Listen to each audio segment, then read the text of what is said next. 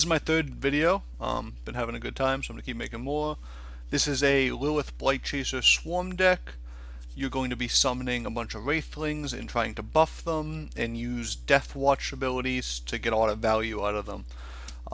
So I'll just get right into it. It comes out to about 1340 spirit as it is here, and it's pretty decent, but it's a little difficult to play. We'll start off, you get some blood tears. These are just early game pingers, same as most decks, just a good minion to have. Grasp of Agony, this can get a ton of value. It's difficult to use sometimes, but if you can get your opponents in a decent position to hit two minions and the general, you get a ton of value out of this. You're going to replace it a lot, but when it works great.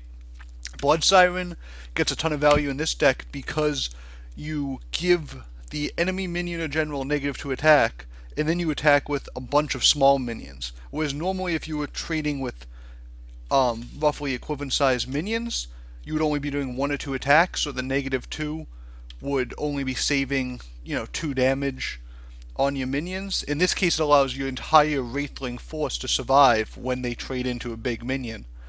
And it gets a bunch of value. Otherwise, it's just a 3-2. You can play it early. It's just a decent tempo play sometimes to fill up the board. Demonic Lord, this is how you're going to get around taunts. You can use it, usually going to use it defensively to toss a big minion away from you, buy yourself some time. It also does 1 damage, so it helps to chip it down. You can also use it offensively just to move a taunt away and move in for the kill. Gloom Chaser, it's just 2 bodies for 1 card. You play it early, it synergizes well with all your buff cards. Primus Fist, since you have a ton of small minions, this allows you to trade up, and that's how we're going to get board control.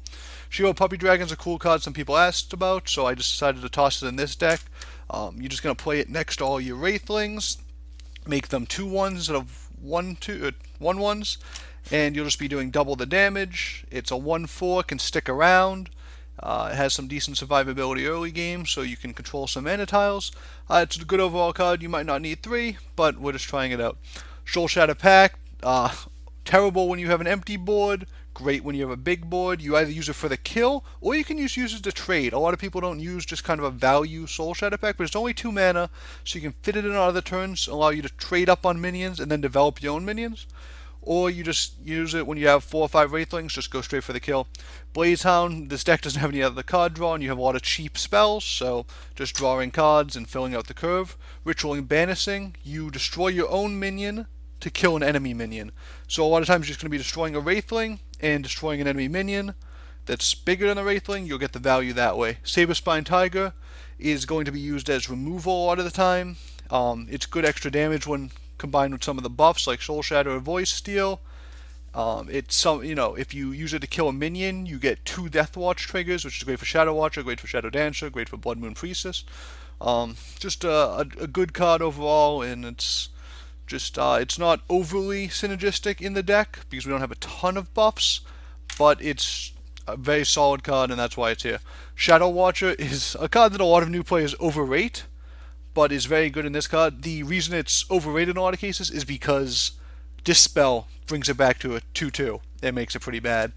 But if they don't Dispel it, you have a huge minion that just going to march down the board and crush everything. So you're going to have to play it safely. You generally want to play it when you can trigger the Death Watch probably 2 times on that turn to put it out of easy kill range for damage spells or just minion trades. But if you can do that, it becomes very hard to deal with. It just snowballs out of control. Void Steel is a really cool card that I didn't think was that good until it got played against me a couple times. It gives an enemy minion -3 attack, and all the friendly minions around it get +3 attack. So in a lot of cases, you're going to be playing this on a minion and then using all the surrounding minions just to kill it immediately. And it's situational. That's why there's only 1, and it costs a little bit of spirit. I think it's 100 for the blues. But it's a very strong card when it gets to work, and it's good for people to learn how to play with some of these more complicated cards as they're getting used to the game. Wraithling Swarm is another card I think people overrate because it gives you so many bodies. It gives you 3 bodies nearby each other, 3 1/1s. But it can be used to control mana tiles early, and a lot of times in this deck you're going to be overwhelming like all your minions are going to be vulnerable to dying, but you're going to be playing so many that your opponent can't control all of them, and then you're going to be able to get value on the next turn. That's one of the biggest weaknesses of a swarm deck, is that if you leave things on the board for a turn, they can get killed, and then you can't get your value out of them. But you're basically going to need to overwhelm your opponent's ability to attack and destroy them, and that's how you get your value. Blood Moon Priestess is one of the best cards in this deck. It really makes the thing go. Basically, whenever something dies, it summons a Wraithling nearby. Since a lot of your minions are Wraithlings, basically every time your Wraithlings die, you just get one back.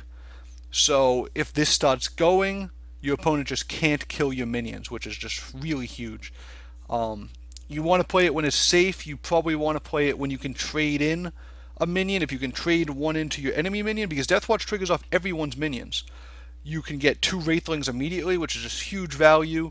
It's a 3/3, so they can't just kill it with their general. Very, very good card. Makes this deck go. Shadow Dancer is your finisher and life gain. It's really amazing. You're going to be trading in just your Wraithlings to do an extra damage and heal up. And it's a 4/4, but it's not going to be used in combat a lot of the time because the ability is so strong. 3 might be too many because it's, higher end of the curve, but we don't have a lot of other expensive minions. And I think it works well in this deck. Overall, just a pretty solid deck. Like I said, 1340 spirit. I'll put the deck list in the video. Thank you. Or in the description.